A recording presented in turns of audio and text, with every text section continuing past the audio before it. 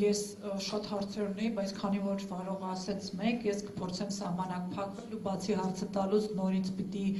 խորին շնորհակալություն հայտնեմ ձեզ ձեր ոչ միայն բանախոսության, այլ որ մեր այս կործանված արժանապատվությունը այդքան բարձր եք պահում տարբեր ատյաններում եւ որ դա ուզում եմ բոլորս որդեգրենք այդ աշխատելավոճը, ինչ որ դուք եք անում եւ շնորհակալ եմ ձեզ դրա համար։ Գոնե երկու հարց։ Առաջինը պարոն Սիմոնյան, ձեր խոսքի հետ կապված, եթե ու երբ որ ունենանք Հայաստանի Հանրապետության շահերը պաշտպանող եւ հայ ժողովրդի շահերը պաշտպանող իշխանություն ու ունենանք մի իրավիճակ, որ այս դատավճիռները արդեն կայացրած լինեն կանխատեսելի այսպես վճիռներով, ինչ պիտի անի այդ իշխանությունը, ինչ պատուհան կարող է այդ ժամանակ գոյություն ունենալ, որպեսզի Հայաստանի դեմ կայացվող այս վճիռները չդառնան այն շղթան, որը դուք ներկայացրեցիք, թե ինչ հետևանք կարող է ունենալ, ինչ պետք է անել առաջին իսկ օրվանից այդ հարցը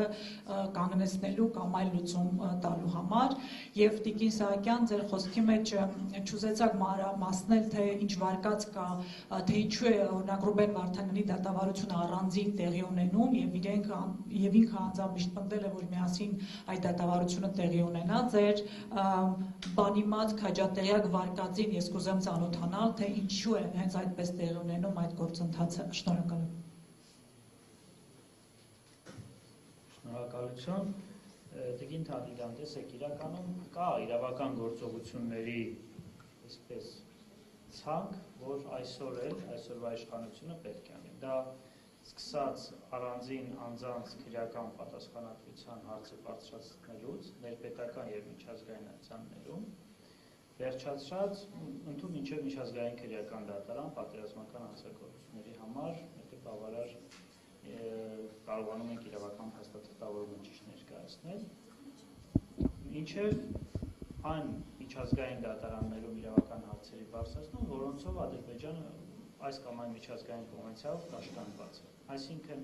մենք ունենք մոտավորապես 3-4, միգուցե 5 առկա գործիք իրավական, որ այսօր էլ կարող են կիրառել, վաղն էլ կարող են կիրառել, երբ որ կա մի այնպիսի իշխանություն, որը որ ցանկանա դա կիրառել։ Բնականաբար, ինչքան շուտ իրավական գործիքները կիրառես, այդքան քո իրավունքների պաշտպանությունը ավելի արդյունավետ է, որովհետև ինչքան ուշ ես կիրառում, պետք է հիմնավորես, ինչի չես նախկինում կիրառել, որովհետև կա ևս մեկ սովորութային իրավունքի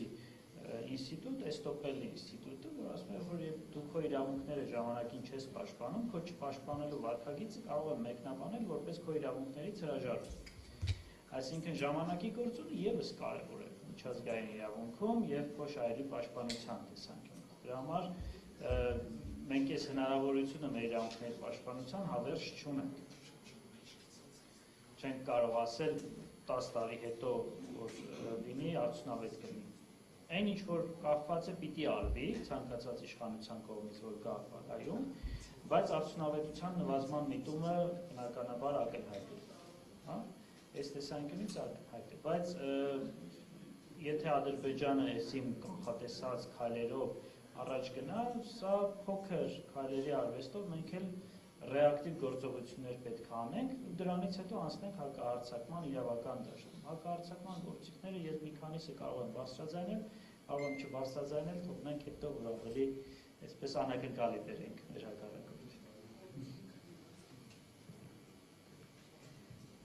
Երկրորդ հարցի մասով կարծում եմ մեկը հենց Ռուբեն Վարդանյանի անձը ինքը կարծում եմ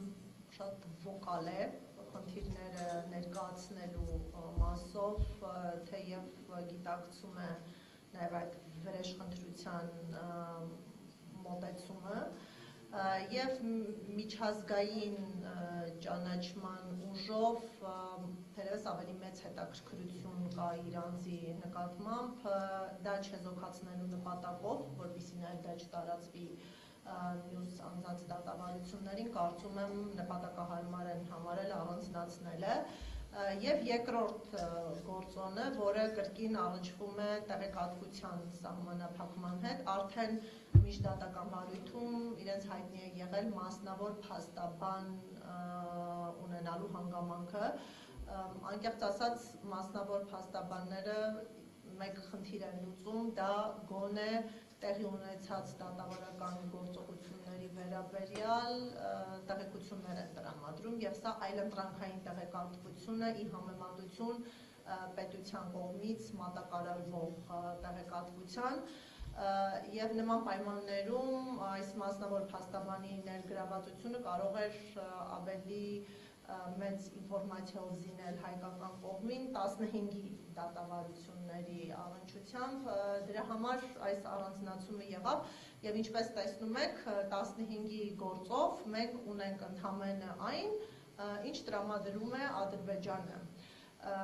մենք համեմատելու նյութ չունենք եղելությունը հասկանալու, ստուգելու, լրացնելու ողջ հնարավորություններից զրկված են միայն այն պատճառով, որ 15-ի գործով չկա մասնավոր փաստաբան, որը կարող էր այդ պարզունակ հաղորդակցումը ապահովել հայկական կողմի ներկայացուցիչների հետ եւ այստեղ այո տեղեկատվության սակավություն այդ տեղեկատվության պահումը, տեղեկատվությունից զրկելը հայկական կողմի եւ պետական